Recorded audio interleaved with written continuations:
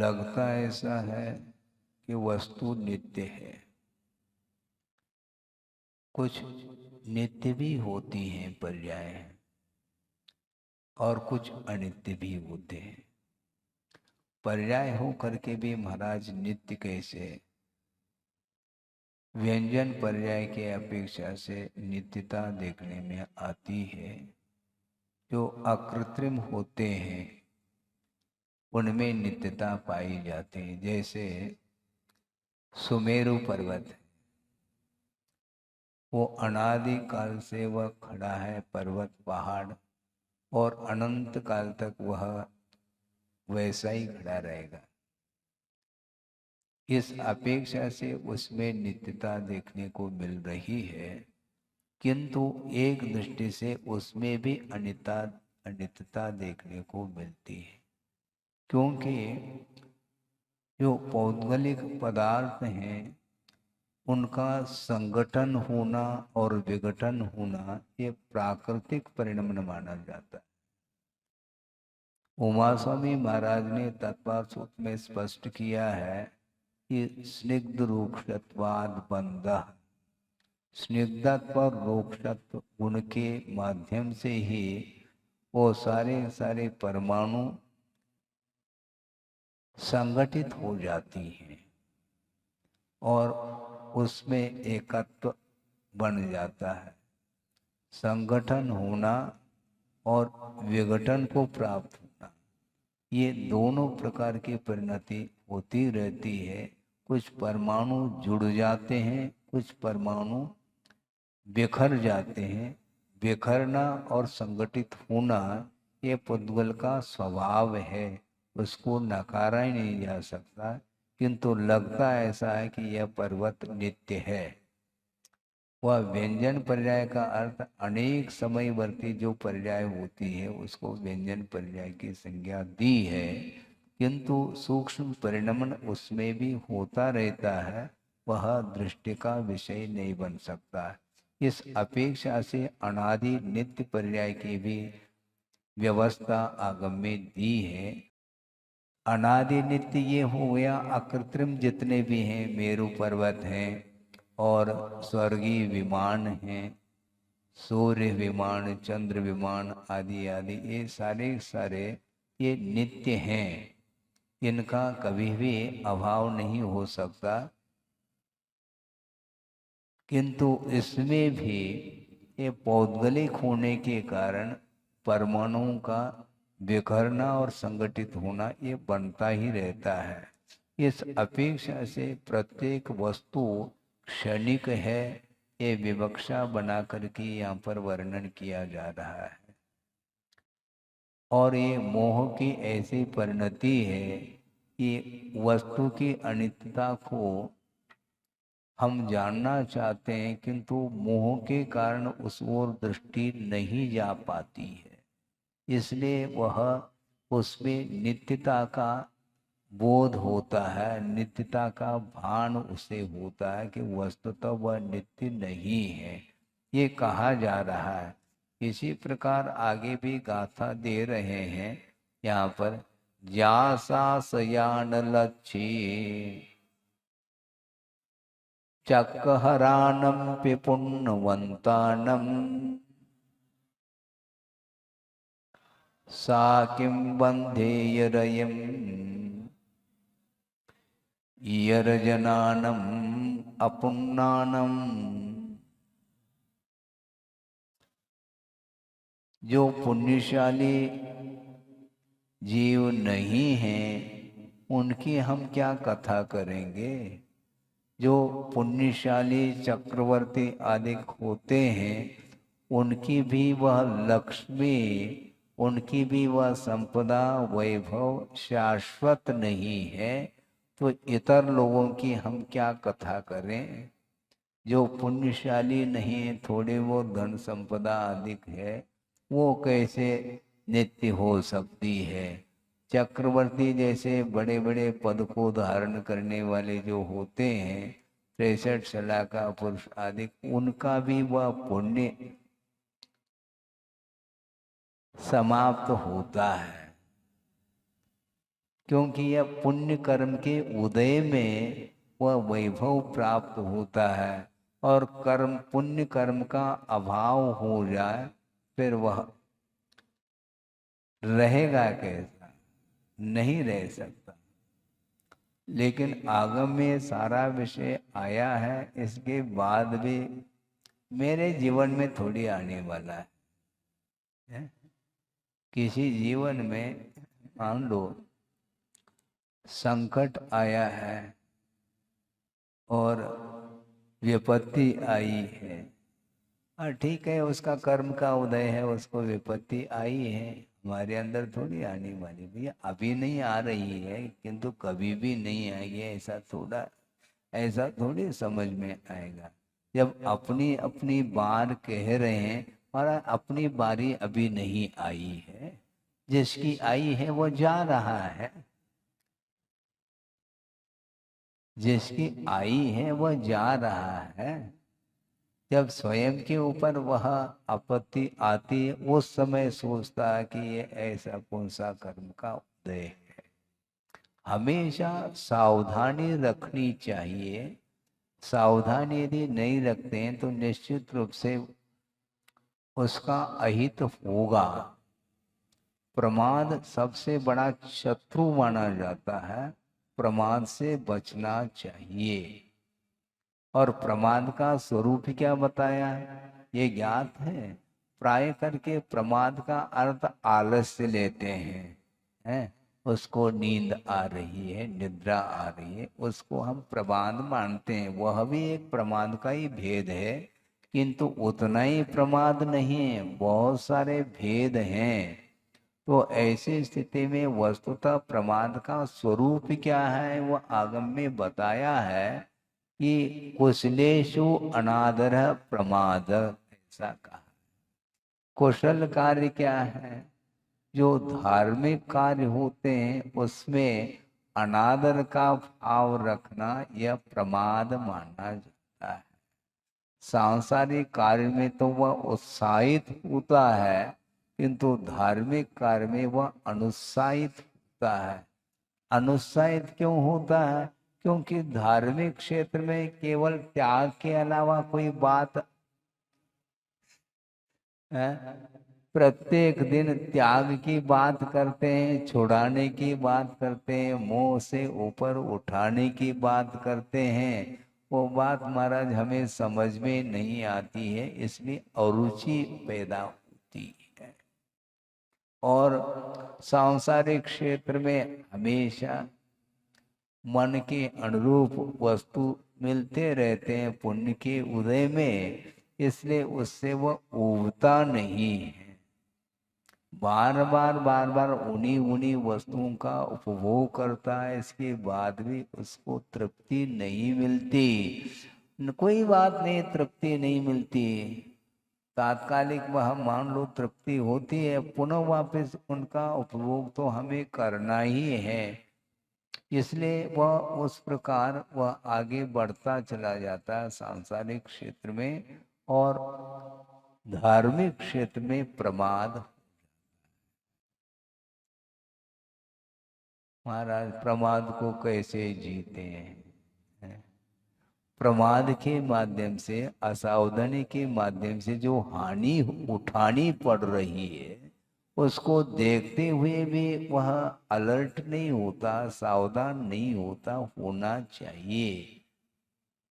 और कुछ ऐसे साधन सामग्री जिसको अपना लेता है और उसके माध्यम से ही उसको परेशानी उठानी पड़ती है। लेकिन प्रतिदिन ये घटनाएं देखने को सुनने को मिल रही हैं, इसके बाद भी उससे वह बच नहीं पा रहा। अकाल मरण के निमित्त कितने प्रकार के होते हैं सबको ज्ञात है।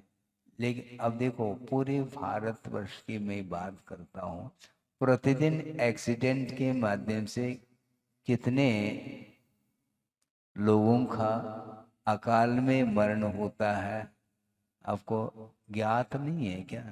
प्रतिदिन न्यूज़पेपर पढ़ते हैं, उसमें सारी सारी आपको जानकारी मिलती है। लेकिन अकाल मरण से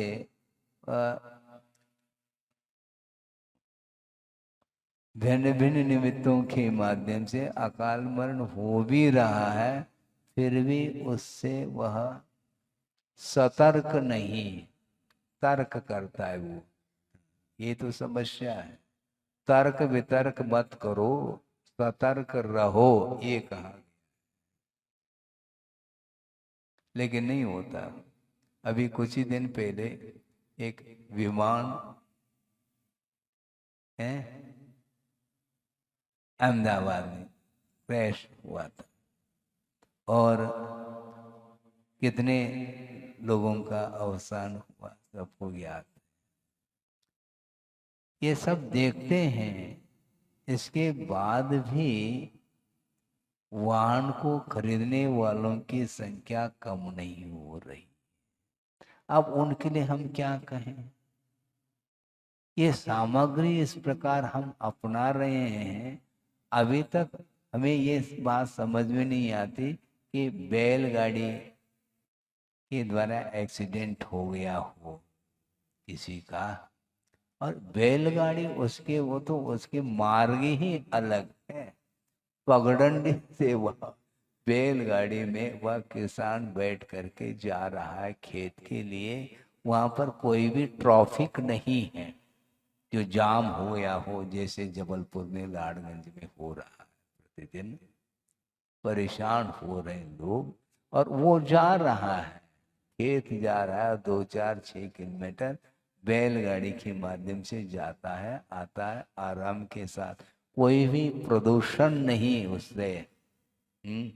और बॉम्बे में देखो, दिल्ली देखो, सर्वत्र आप देख रहे हैं कि वातावरण प्रदूषित हो जाता है, शुद्ध हवा तक नहीं मिल पाती। बड़े बड़े जो बिल्डिंग खड़े कर रखे हैं आप लोगों ने, वहां पर बैठ रहा है, वहीं पर नाली बह रही, वो हो रहा, उसमें कौन सी शुद्धि क्या? इसके बाद भी वह रूटीन चल रहा है उसका जीवन, क्योंकि केवल पैसा किसी भी प्रकार से वित्त का अर्जन होना चाहिए, उसके माध्यम से वह जीवन यापन करता है। ध्यान नहीं है, जीवन जीने की कला तक नहीं आ रही है, आरोग्य भी समाप्त हो रहा है और धर्म तो समाप्त हो ही रहा है। इसलिए प्रमाद छोड़ो ऐसा कहा जा रहा है, फिर भी नहीं, शुद्ध खान पान भी नहीं है, और जीवन जीना चाहता है। और यहाँ पर आता है महाराज आशीर्वाद दे दो, क्या हो रहा है? परेशान हूँ, आए दिन ब्रेन हेमरेज होता है, पैरालिसिस अटैक आ जाता है, हार्ट संबंधी बीमारी है, कैंसर है, ये सारे सारे भयानक जो रोग आ रहे हैं, इसमें स्वयं की ही असावधानी है। लेकिन उस असावधानी, वो उस वातावरण से वो अपने आप को उठा नहीं पा रहा है ऊपर, जबकि इसमें किसी की कोई बाध्यता नहीं है। आप चाहो तो बहुत व्यवस्थित ढंग से जीवन जी सकते हैं, लेकिन वह भौतिक युग में उसमें वह मुझे क्या करना चाहिए क्या नहीं करना चाहिए, ये ज्ञान उसको नहीं हो पाता, केवल आसक्ति बढ़ती चली जाती है। आचार्य कहना चाह रहे हैं, जो महान पुण्यशाली चक्रवर्ती आदि होते हैं, उनकी भी संपदा जब शाश्वत नहीं है, तो अपनी कौन सी संपदा शाश्वत है? लेकिन ध्यान जाए तब की बात, नहीं जाता। ऐसा क्यों होता? क्यों कुछ नहीं? यह मोह का परिणाम है। और मोह को कम करो कह रहे हैं और आप मोह बढ़ाने की बात करते हैं, तो कैसे पटरी बैठेगी। कम करो ये कहा जा रहा है लेकिन किया नहीं जा रहा। ये मोह की पराकाष्ठा, व्यामोह की पराकाष्ठा, ये भयंकर रूप ले लेता है। एक प्रसंग गुरुदेव ने सुनाया था प्रवचन के दौरान, उसको आपके सामने रख रहा हूं। रात का समय है और आसमान में घटाएं छाई हैं और बीच बीच में बिजली चमक रही है और आकस्मिक ऐसा वातावरण निर्मित हो जाता है कि वर्षा चालू हो जाती। और कौन जानता है कि कल क्या घटित होने वाला है, किसी को भी ज्ञात नहीं है भविष्य में क्या होने वाला है। और ऐसे मूसलाधार निरंतर वर्षा होती रही, उसके कारण नदी बाढ़ आ गई उसमें। और बाढ़ आती आती ऐसी स्थिति बन गई कि एक बांध बंधा था वह टूट गया और बांध ध्वस्त होने के कारण अब काबू संभव नहीं। वह जल का स्तर इतना बढ़ा हुआ है और सब चारों ओर से सुरक्षा की वार्ता सूचना दी गई और अपने अपने परिवार के लोग घर छोड़ करके अन्यत्र जा रहे। अलर्ट कर दिया पहले से ही, एक आध घंटे पहले। किंतु अब क्या होता है, सारे लोग जा रहे हैं, किंतु मोह का एक ऐसा प्रभाव कि उस चपेट में एक परिवार आया है। अलर्ट, सावधान करने के लिए कहा गया, सूचना भी दी गई और कई लोग खाली करके चले गए, उनका जीवन तो बच गया, किंतु एक परिवार उस चपेट में आया और उसमें वह कह रहा है कि हमें भी इस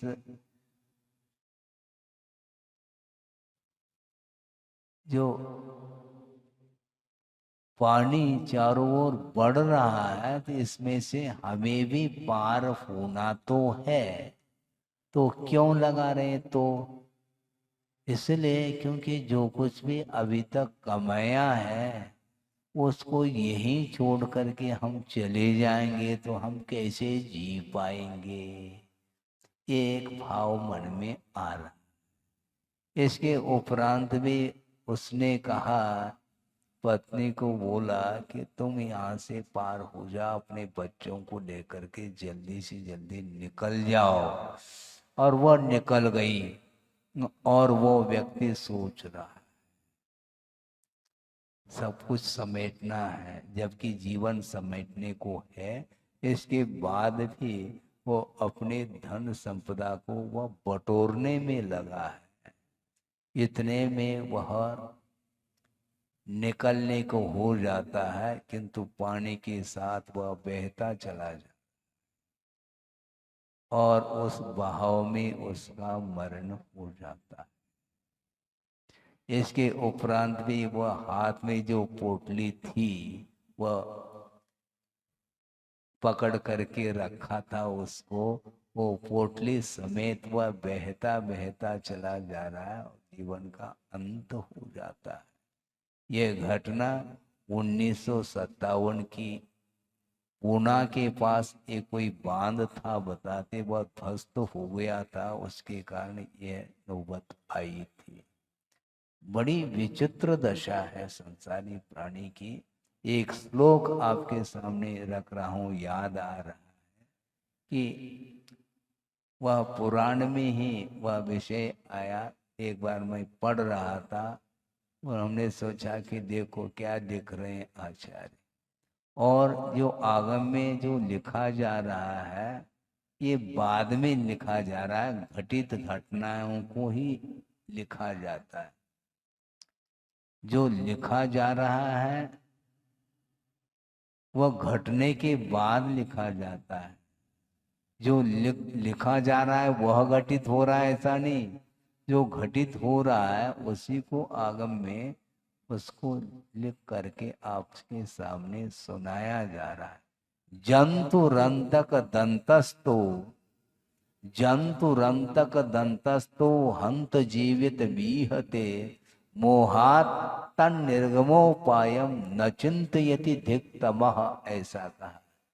जंतु अर्थात संसारी प्राणी वह क्या है? अंतक दंतस्तः, अंतक बोलते हैं मृत्यु, और दंतस्तः मृत्यु रूपी दांतों तले वह आया है जीव। इसके उपरांत भी वह बचना चाह, हंत जीवितम इहति, फिर भी वह जीना चाहता है। मृत्यु रूपी दांतों तले वह आया है, इसके बाद भी वह जीने की इच्छा कर रहा है। ये आश्चर्य है। वहां से निकलने का उपाय नहीं सोच पा रहा है, इसलिए धिक्तमः, मोह रूपी अंधकार के लिए धिक्कार है, ऐसा कह रहे। क्या करना चाहता है? यही बात, मरणासन्न हो रहा है, इसके बाद भी वह पर वस्तु के प्रति जो लगाव है वह छूट नहीं पा रहा, और मृत्यु से बचाओ महाराज, तुम्हें कौन बचा सकता है?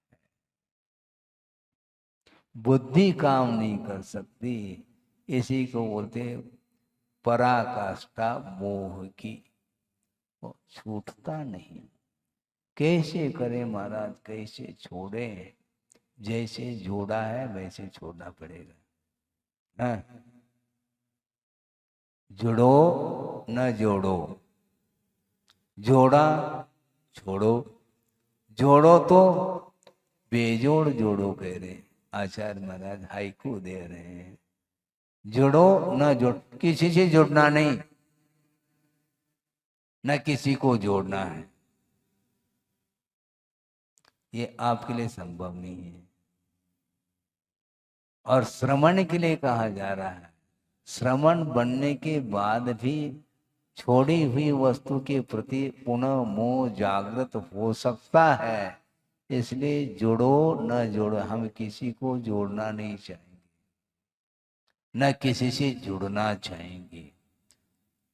श्रवण हमेशा निरीह रहता है, किसी के साथ उसका कोई भी संबंध नहीं रहता, क्योंकि संबंध को करके बाद में तोड़ने की अपेक्षा पहले से संबंध नहीं रखना चाहिए।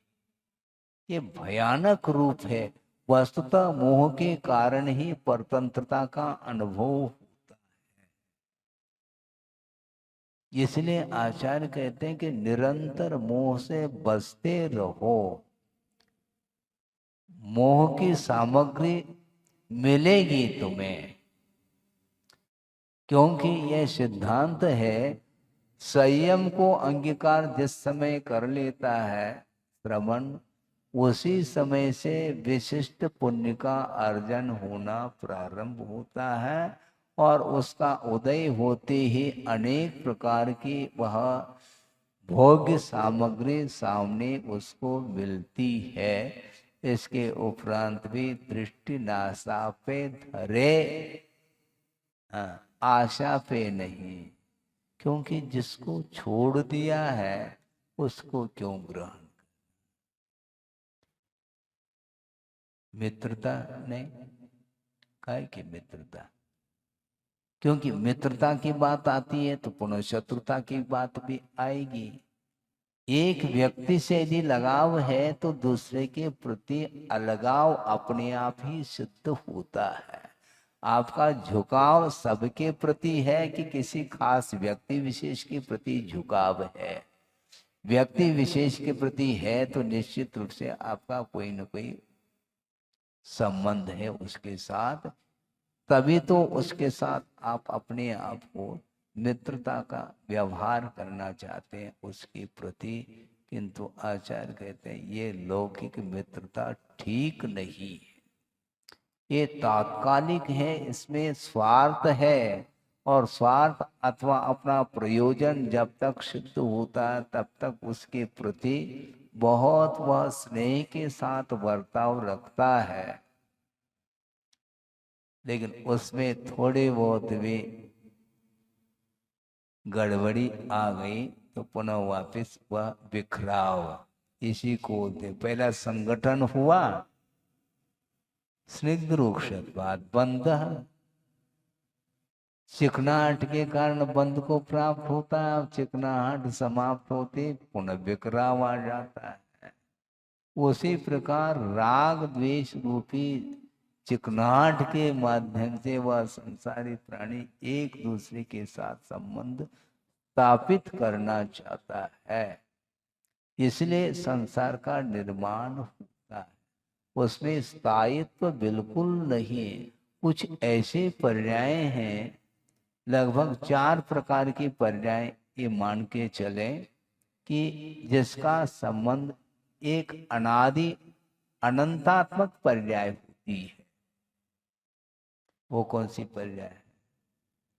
अनादि अनंत अभव्यत्व भाव, वो कभी समाप्त नहीं। अनादि काल से वह अभव्यत्व रूप पर्याय चली आ रही है और अनंत काल तक वह बनी रहेगी। इसको बोलते हैं अनादि नित्य पर्याय, क्योंकि अभव्यत्व का अभाव संभव नहीं है, क्योंकि यह पारिणामिक भाव है, कर्म सापेक्ष भाव नहीं है। कर्म सापेक्ष भाव नहीं है तो ये अभव्यत्व भाव आया कहां से महाराज? आया नहीं है। ऐसे कैसे है? प्रकृति स्वाभाविक याद, ये स्वाभाविक परिणति है। अभव्यत्व भाव, अभव्य किसी को बनाया नहीं गया, न किसी को भव्य बनाया गया है। न अभव्य भव्य बन सकता, न भव्य अभव्य बन सकता। यह कर्म निरपेक्ष भाव माना जाता है। वह अभव्यत्व भाव अनादि अनंत पर्याय मानी जाती है। ये एक पर्याय हो गई।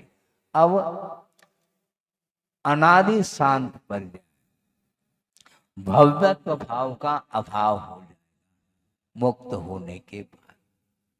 वह अनादिकाल से वह भव्यत्व भाव आया है, वह समाप्त होगा। भव्यत्व भाव उसको बोलते हैं जो होने की क्षमता, मुक्त होने की क्षमता जिसके अंदर है, और वह क्षमता उद्घाटित होने की क्षमता जिसके अंदर है, वह भव्य माना जाता है। मोटे रूप से रत्नत्रय को प्राप्त करने की क्षमता, योग्यता जिसके अंदर है और उसको उद्घाटित करने की क्षमता है, वह भव्य माना जाता है। किसी ने बनाया नहीं और उसकी पहचान भी नहीं। समस्या खड़ी हो गई। भव्य और अभव्य कौन है, इसका परिज्ञान छद्मस्त अवस्था में संभव नहीं। अर्थात यह दिव्य ज्ञान का विषय है। केवली भगवान ही जान सकते हैं कि कौन भव्य है कौन अभव्य है। तो महाराज हमारे अंदर तो आकुलता बनी रहेगी फिर तो, क्योंकि आप भी नहीं बता पाएंगे कौन भव्य और अभव्य, क्योंकि ये केवली भगवान का विषय है। तो हम तो बड़े विकल्प में आ गए। आकुलता हमें होती महाराज, आप जल्दी बताओ। आचार्य कहते हैं जिसको आकुलता वह भव्य है, क्योंकि अभव्य को आकुलता होती नहीं। उसको मुक्ति से कोई सरोकार नहीं, कोई प्रयोजन नहीं। उसको मोक्ष तत्व के प्रति उसका श्रद्धान होना ही नहीं है, और वह अपने स्वभाव को छोड़ नहीं सकता। न मुयदि पैडिम अभवो, अपने प्रकृति को वो छोड़ नहीं सकता। सुठवी अध्यायदून सत्तानी, अच्छे ढंग से शास्त्र का अध्ययन भी किया है, फिर भी वह अपने प्रकृति को, अपने स्वभाव को छोड़ नहीं सकता। गुड़ दुद्धम पिबंता न पन्नया निमिषा फूंदी। पन्नग बोलते हैं सर्प को, और उसको आपने पिलाया दूध मीठा मीठा जिसमें गुड़ मिलाया, मान लो गुड़ दुद्धम पिबंता न पन्नगा निविषा होती, वह सर्प निर्विष नहीं हो सकता है। आपने दूध मिलाया पिलाया इसलिए फिर वो दूध उगलेगा क्या? नहीं, वह विष ही उगलता। इसको बोलते प्रकृति स्वभाव, और स्वभाव हाय न भिषक कहते हैं आचार्य। स्वभाव के लिए कोई दवाई नहीं। शारीरिक कोई रोग हुआ है उसकी दवाई मिल सकती है, उसका ट्रीटमेंट हो सकता है, किंतु मानसिक जो रोग है उसको ठीक करना बहुत कठिन है। साइकोलॉजी इफेक्ट हो गया, अब उसको कौन दूर करेंगे? डिप्रेशन में आ गया, किसी के द्वारा ज्यादा प्रेशर बढ़ गया तो वह डिप्रेशन में आता है। अब उसको कैसे दूर करें? इसलिए स्वभाव आए न भिषक, स्वभाव के लिए कोई भी औषधि नहीं, कोई उपचार नहीं हो सकता। इसी प्रकार ये पारिणामिक भाव है, वह परिवर्तित नहीं हो सकता। तो अभव्यत्व भाव अनादि अनंत काल तक भी वह इसी संसार में परिभ्रमण करेगा। क्यों? अभव्य है इसलिए, और उसको कोई चिंता नहीं। चिंता मोहि काहे की, वो कहता है हमें कोई चिंता नहीं, मोक्ष से कोई चिंता नहीं, बल्कि वह अभव्य भी जिनलिंग को अंगीकार करता है, दिगंबरत्व को अंगीकार करके तप आदि कर लेता है, किंतु उसका जो एम है, लक्ष्य है, वह केवल भोग्य वस्तुओं को प्राप्त करना है। धम्मम भोग निमित्तम सदहदी, वो भोग के निमित्त वह श्रद्धान कर रहा है, तप आदि भी कर रहा है। उत्तर लोक तृष्णया, भविष्य में अगले भव में भगवान मुझे ये मिल जाए, इसलिए वह तप कर रहा है। कठोर तप करता है, यहाँ तक कि आगम में उल्लेख मिलता है उसको घानी में भी पेल दो है तो भी उफ नहीं करता। और शुक्ल लेशा के माध्यम से वह ग्रैवेक पहुंच रहा है, नौ ग्रैवेक, और 31 सागर की वहां पर आयु है, और वहां पर आराम के साथ क्या सुख ही सुख है, दुख तो है ही नहीं। लेकिन वस्तुतः देखा जाए वह भी क्षणिक है, क्योंकि कर्मायत जो सुख है, इंद्रिय के माध्यम से उत्पन्न होने वाला जो सुख है, वह तात्कालिक है, त्रैकालिक नहीं। यदि त्रैकालिक मान लिया जाए तो कभी भी देव पर्याय से उसका अवसान नहीं हो पाएगा, जबकि हो जाता है। अवसान क्यों हुआ? वो इतना सुख था, सागरोपम आय तक उसका उपभोग किया, तो इसलिए अब गाड़ी रिवर्स, क्योंकि पुण्य समाप्त हो गया है। चक्क हरानम पे पुण्यवंतानम न सासया सा लक्ष्मी, यानी लक्ष्मी शाश्वत नहीं है, और आप लक्ष्मी पूजा करते हैं, भारी समस्या। दिवाली के दिन प्राय करके दुकानदार 10-15 दिन पहले से ही वह रंग रोगन आदि करना प्रारंभ करता है, और उस दुकान को और डेकोरेट कर लेता है। फिर बाद में धनतेरस बोलते हैं लोग, और उस दिन जो है वह धन की पूजा करता है, लक्ष्मी पूजा।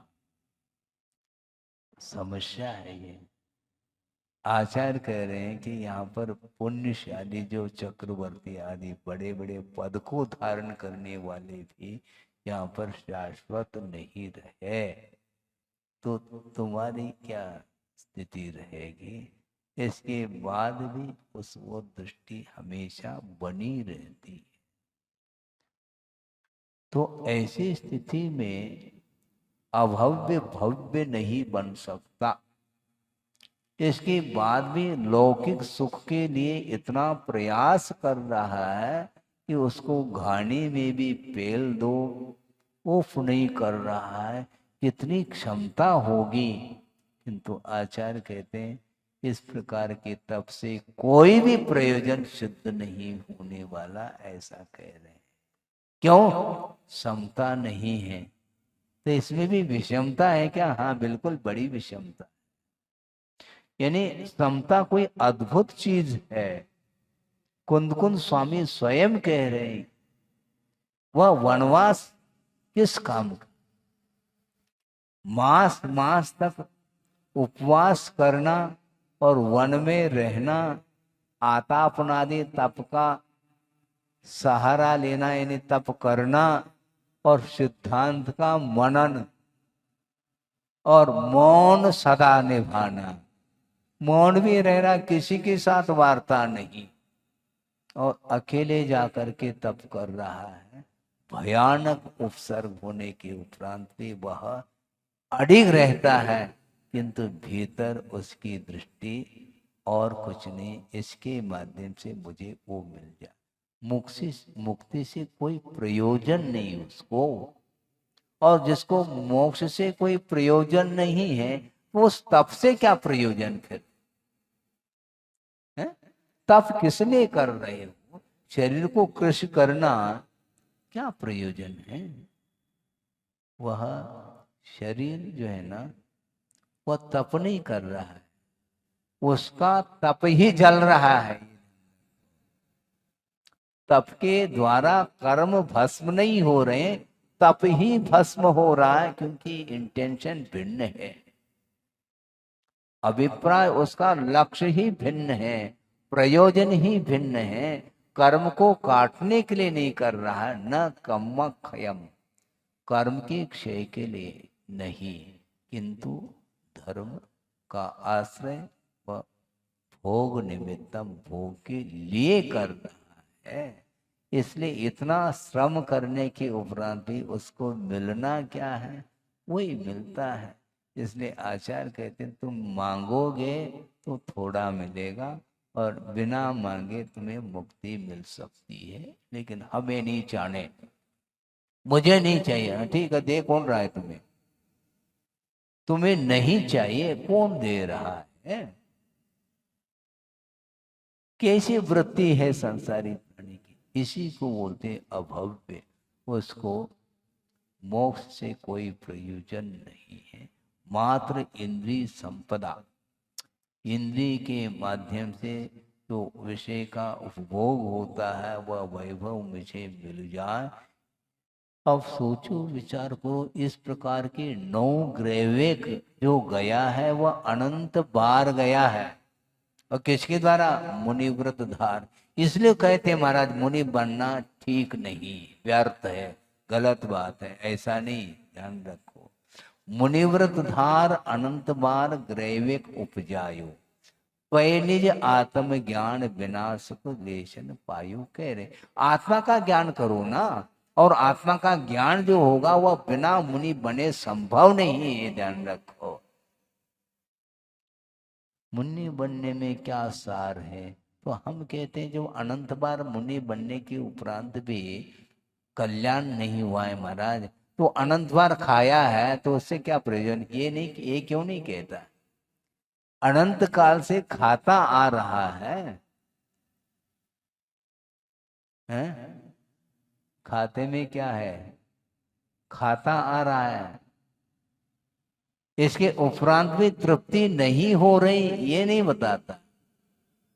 वंस मोर कह रहा है इसके लिए, और उसके लिए कुछ भी नहीं कहता है। व्यर्थ नहीं है वो, क्योंकि हमारे स्वयं के परिणामों में कमी होने के कारण ये दशा बन। चाहिए। मुनि बनने की सार्थकता कैसे सिद्ध होती है? कर्म क्षय के लिए यदि तप करता है तो मुनि बनने की सार्थकता सिद्ध होती है। नहीं तो इसी प्रकार का उसका परिभ्रमण चलेगा, तो अभव्य का परिणमन वह अनादि अनंतात्मक है, और जो भव्य है वह मुक्त हो सकता है। किंतु अभी तक हम मुक्त नहीं हो पाए। महाराज हमारी क्या स्थिति रहेगी फिर? हम कौन हैं भैया? कौन है या हमारा विषय? किंतु भीतर यदि लगनशीलता है तो चांस है। वो सही नहीं, भीतर से भीगना चाहिए। समुद्र में हमने पहले भी कहा था, समुद्र में गहराई में बहुत बड़ा पाषाण खंड करोड़ों अरबों साल भी हो सकते हैं, वह पड़ा है, किंतु वह पाषाण खंड बाहर से तो भीगा हुआ है और भीतर तो वही सूखा है? उस पाषाण को फोड़ेंगे तो भीतर क्या नमी देखने को मिली? क्या नहीं। क्यों? भीतर जा ही नहीं पा रहा।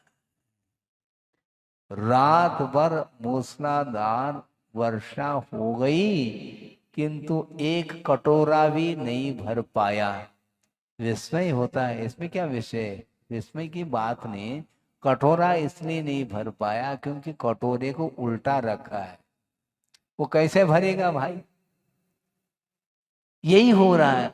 रात दिन धर्मामृत की वर्षा होने के बाद भी वह एक कटोरा भी नहीं भर पा।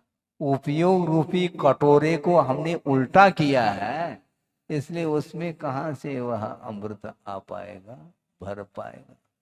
संभव नहीं। तो आचार्य कहते कहते कहते थक रहे हैं, किंतु संसारी प्राणी के ऊपर कोई असर नहीं पड़। क्यों नहीं पड़ रहा है महाराज? सर हो तो असर पड़े, दिमाग हो तो असर पड़े। दिमाग काम नहीं कर रहा। दिमाग काम क्यों नहीं कर पा रहा? अपने क्षेत्र में तो दिमाग दौड़ रहा है अच्छे स्पीड से, और धार्मिक क्षेत्र में मोक्ष मार्ग में उसका दिमाग काम नहीं करता। ये मोह के कारण हो रहा है। इसलिए पुण्यशाली जो त्रिशव शला का पुरुष या महापुरुष आदि होते हैं, उनका भी पुण्य नित्य नहीं, शाश्वत नहीं। तो ऐसी स्थिति में जो पुण्यहीन व्यक्ति होते हैं, उनके पास वह लक्ष्मी कैसे टिक सकती है? उसके साथ कैसे वह अनुराग रख सकती है? वह लक्ष्मी संभव नहीं है। लेकिन इस प्रकार की चर्चा करने के लिए फुर्सत कहाँ है महाराज?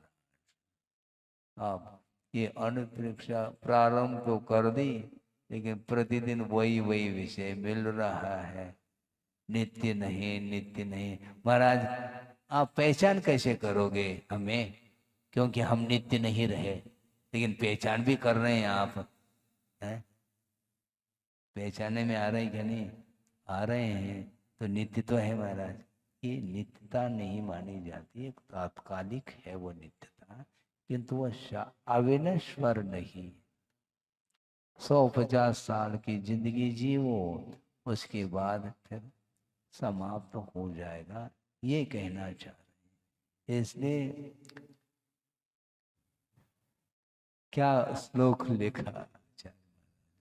जंतुरंतक दंतस्तो मृत्यु रूपी दांतों तले आया है संसारी प्राणी, अभी भी वह जीने की इच्छा, जिजीविषा इसको बोलते हैं, जीने की इच्छा। 90 साल का भी हो तो वह जीने की इच्छा रखता है? मरने की इच्छा कौन रखे? और इच्छा रखो या न रखो, मरण तो होगा। जीने की इच्छा और मरने की इच्छा, ये दोनों इच्छा ठीक नहीं है। मरण आ जाए तो भयभीत नहीं होना, और मान लो जीवन मिला है उसमें फूला नहीं समाना, तब तो ठीक है। जीवन हर व्यक्ति को अच्छा लगता, मरना किसको। बोल तो रहा है मरना सबको एक दिन अपनी अपनी बार, तो अपनी अपनी बार, हमारी बारी आई नहीं महाराज। अब बारी तो आएगी तो सही है, इसमें अपवाद नहीं है, ध्यान रखो।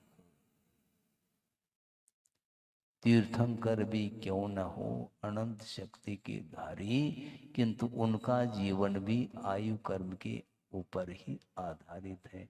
आयु कर्म समाप्त होते ही अनंतर समय में वो मुक्त हो जाएंगे, किंतु शरीर तो छूटेगा, वो छूटना ही है। वह ये शांत राग रुचि भी, हाँ आप गाते रहो, किंतु वह दिव्य शरीर वह बिल्कुल कपूर की भांति एक क्षण में समाप्त, वो सारे सारे परमाणु बिखर जाते हैं, और सामान्य व्यक्ति के द्वारा भी वह परमाणु ग्रहित हो सकती है, इसमें कोई बाधा नहीं, क्योंकि वह सामान्य हो गई वो परमाणु। उन्होंने अपने योग के माध्यम से ग्रहण किया था, शुभ परिणाम के द्वारा वो सारे सारे परमाणु ग्रहित हो चुकी थी, किंतु कुछ क्षण के लिए ग्रहित हुई थी और समय पर वह विलीन हो जाती है। तो ऐसी स्थिति में इतना दिव्य शरीर भी जब छूट सकता है, कि तुम्हारा शरीर नहीं छूट सकता है क्या? बड़ी विचित्र दशा। भयानक रोग हो या इसके उपरांत भी वह जीना चाहता है। नली लगी है नाक में, और मुख से आहार लिया नहीं जा रहा है, और नली से आहार दिया जा रहा, कोई स्वाद नहीं, इसके बाद भी मैं मर न जाऊं ये भाव बना हुआ है, होता है ये। और कोई ऐसा व्यक्ति है बिल्कुल मोटा ताजा, और मान लो किसी कारण से डिप्रेशन में आने की स्थिति में है, तो वह मरना चाहता है मानसिकता के कारण। मानसिक दुख भी भयानक हुआ करता है, उसके कारण वह आत्मघात करने के लिए तैयार हो जाता है। मैं इसके बीच से जल्दी चले जाऊं तो और अच्छा है, क्योंकि दूसरी जगह जाऊंगा तो कम से कम सुख पा सकूंगा।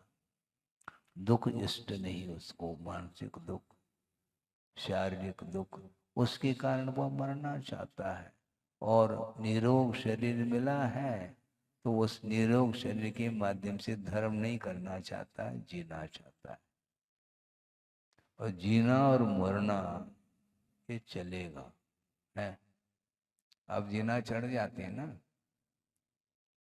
है? जीना फिर उतरते समय मरना होगा, और क्या होगा, है? अभी जीना बहुत अच्छा लग रहा है, ठीक है, मरना तो है।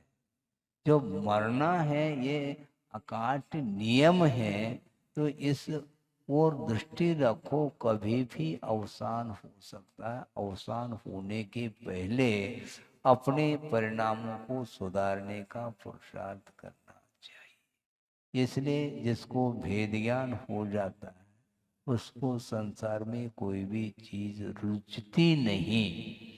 और गुरुदेव ने यही कहा था कि वस्तुतः जो वैरागी होता है, उसको संसार में कोई भी चीज अच्छी नहीं लगती, और अच्छी नहीं लग रही है तो निश्चित रूप से उसके अच्छे लक्षण दिखाई पड़ रहे हैं। वो रुचि क्या, क्योंकि ये सारे सारे विषय तात्कालिक सुख को देने वाले हैं, किंतु इसका परिणाम जो है वो दुखमय निकलेगा। हाँ। हर्ष के साथ चाव से वह ग्रहण करता है, फिर बाद में उसका जो परिणाम निकलता है तो वो भयानक परिणाम निकलता है। इसलिए वस्तुतः इन विषयों का समागम होने के उपरांत भी केवल साधन के रूप में उसको ग्रहण करो। आचार्य के साधन के रूप में है। लेकिन अब साधन में क्या आनंद है? साधन है, इसलिए श्रमण लोग साधन के रूप में ग्रहण करते हैं, उसमें आनंद का अनुभव नहीं करते हैं। भोजन करने से होता क्या है? भूख मिट्टी इतना ही से होता है, तो उसमें आनंद क्यों ले रहे? भोजन करना हो तो कर लो ना, क्या दिक्कत है आपको? उसमें आनंद क्यों मानते हो? क्योंकि वह तात्कालिक सुख है, पुनः भूख लगेगी। क्योंकि हजम हो गया बस पुनः लाओ। उस समय तो बस बस कह रहा है, लेकिन अंतों के लिए रखो कहता वो। समस्या ये खड़ी हो रही है, उस समय पूर्णतः पेट भर चुका है, किंतु अंतों की चिंता उसको सता रही है। अब क्या है? इसको बोलते हैं भविष्य की चिंता। वर्तमान की चिंता नहीं, भविष्य की। सामान 100 साल और पल की खबर नहीं, ये बोला जा रहा है, फिर भी दुकान खोली जा रही, सामान एकत्रित करते ही चले जा रहे। एक और फर्म खोलो, फर्म के ऊपर फर्म। हाँ, लड़के के नाम से और नाती के नाम से, सबके नाम से कर लो एक एक एक एक दुकान और चलाओ। ये सब क्या है? किसके लिए किया जा रहा? सब यहीं पर रहने वाला है, और भोगने वाला व्यक्ति, भोगता वही ट्रांसफर हो जाता है, यहाँ से दूसरी जगह बैठ जाता है। वह धन यहीं पर एकत्रित रहता है। ज्वेलर्स, हाँ ठीक है, यही रहेगा वो बोर्ड भी यही लगा हुआ मिलेगा और वो चला जाएगा, उस बोर्डिंग को छोड़ करके दूसरी जगह पहुंच जाएगा। तो फिर वहां पर क्या है?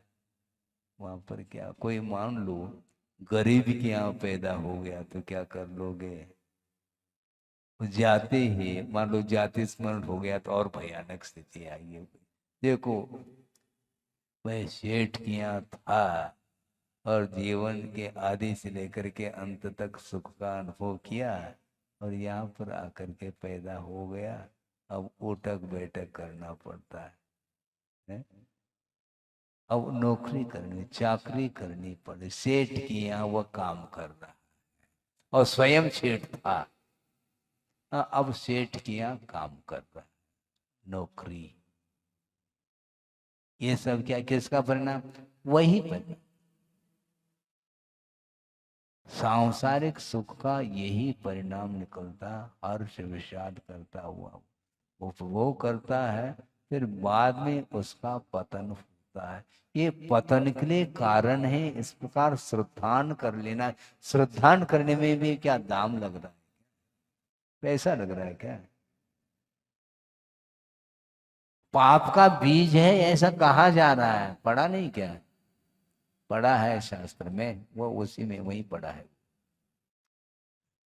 वही वही पढ़ा है। वो उपयोग में नहीं आ रहा, प्रयोग में आना चाहिए। ये कर्मायत्त है, अंत को प्राप्त होने वाला है, दुख से घुला हुआ है, सुख की निरंतरता नहीं है, और अंत में ये कहना चाह रहे हैं कि पाप का वह बीज है। ये विषय कहाँ पर आया है? निकांक्षित अंग में आया है।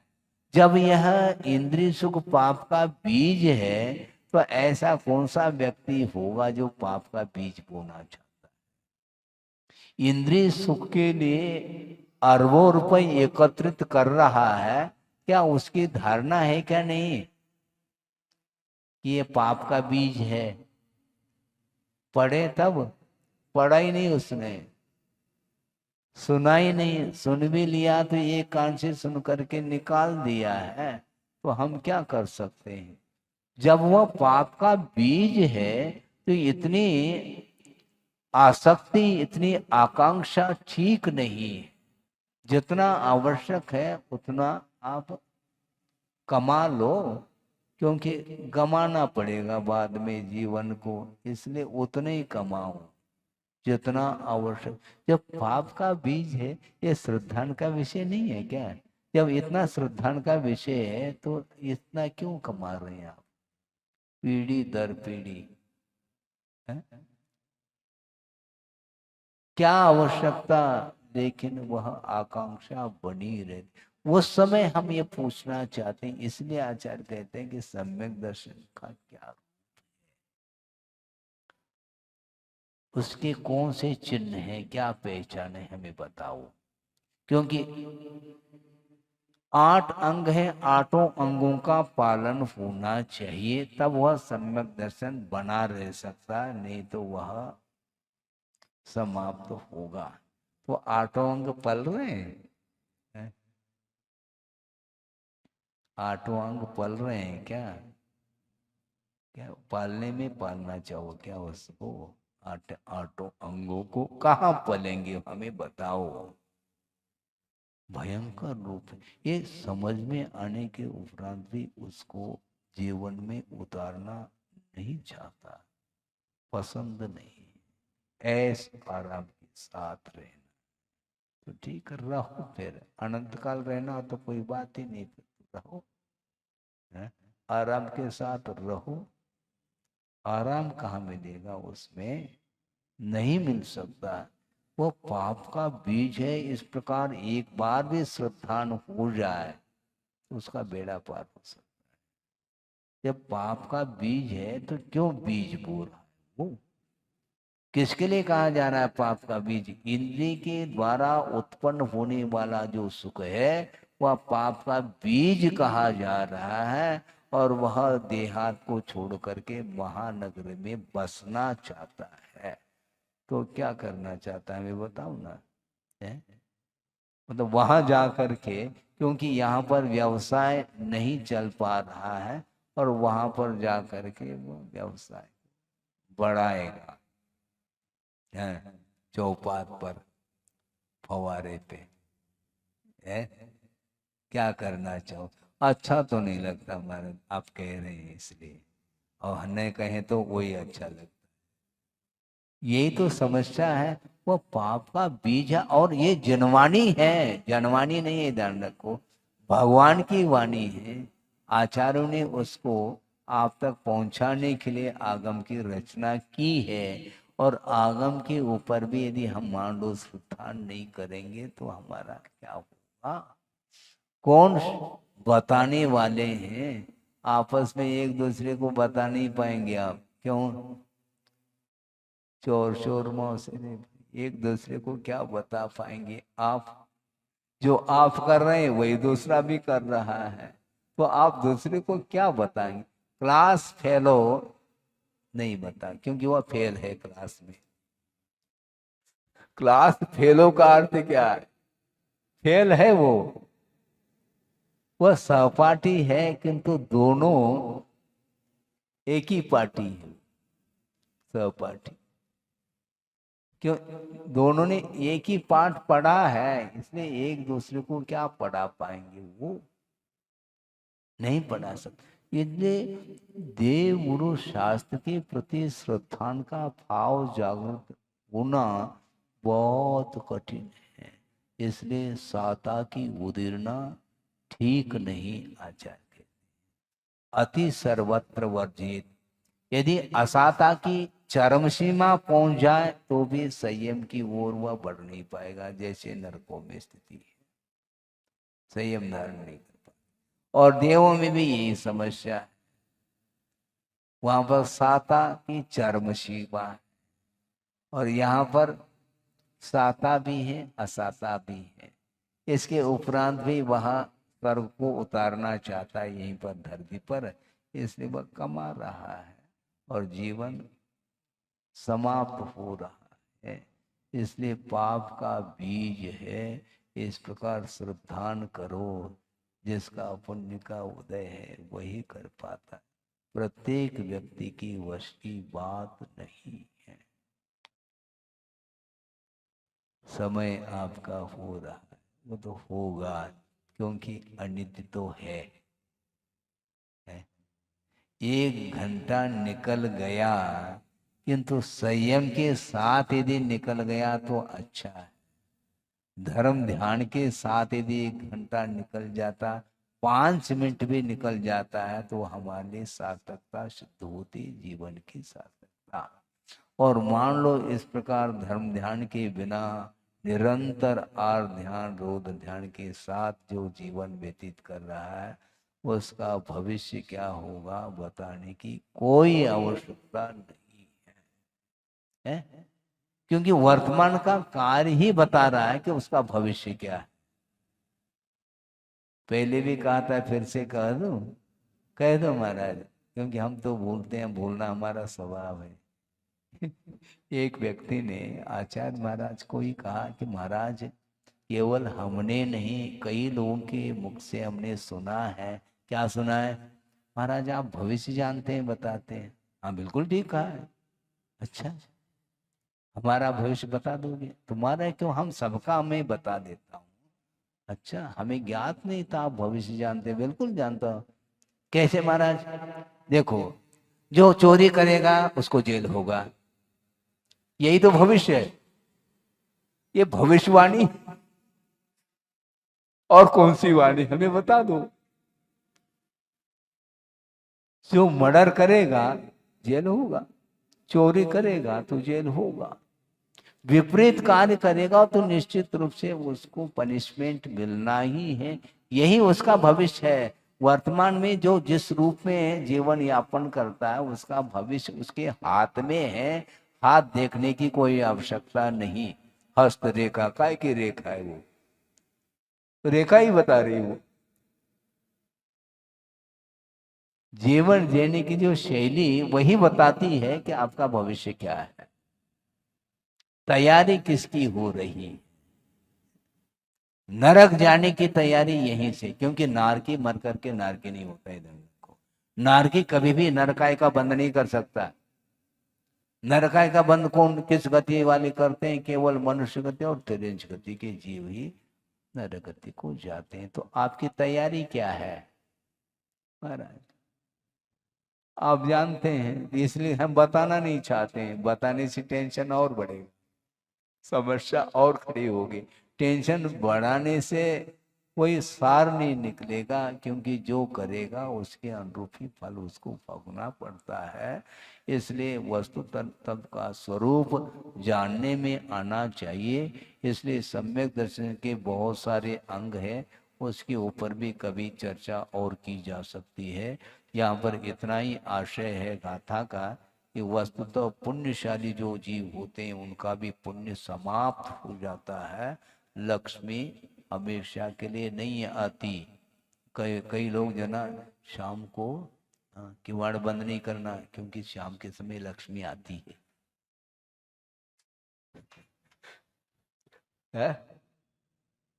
दिन में नहीं आती, शाम को आती महाराज, ये कहावत है। अच्छा ठीक है भैया, खुले रखो और चोरी हो जाए तो है? सारे सारे दरवाजे खुले रखे और मान लो अच्छी हवा आ रही है, अनुकूल वातावरण है, मान लो नींद लग गई तो फिर लक्ष्मी आएगी नहीं, चली जाएगी वो, ध्यान रखो। इसलिए न आती है न जाती, एक एक एक धारणा है वस्तुतः, लेकिन उस धारणा से वो ऊब नहीं पा रहा है, ऊपर नहीं उठ पा रहा है। इसलिए गाढ़ श्रद्धान होना चाहिए। श्रद्धान के माध्यम से ही कल्याण होता है। बोधि समाधि परिणाम शुद्धि स्वात्मोपलब्धि शिव शोक सिद्धि चिंतामणिम चिंतित वस्तुदाने त्वां वंदमानस्य ममास्तुते। परम पूजाचार्य गुरुवर श्री विद्यासागर जी महाराज की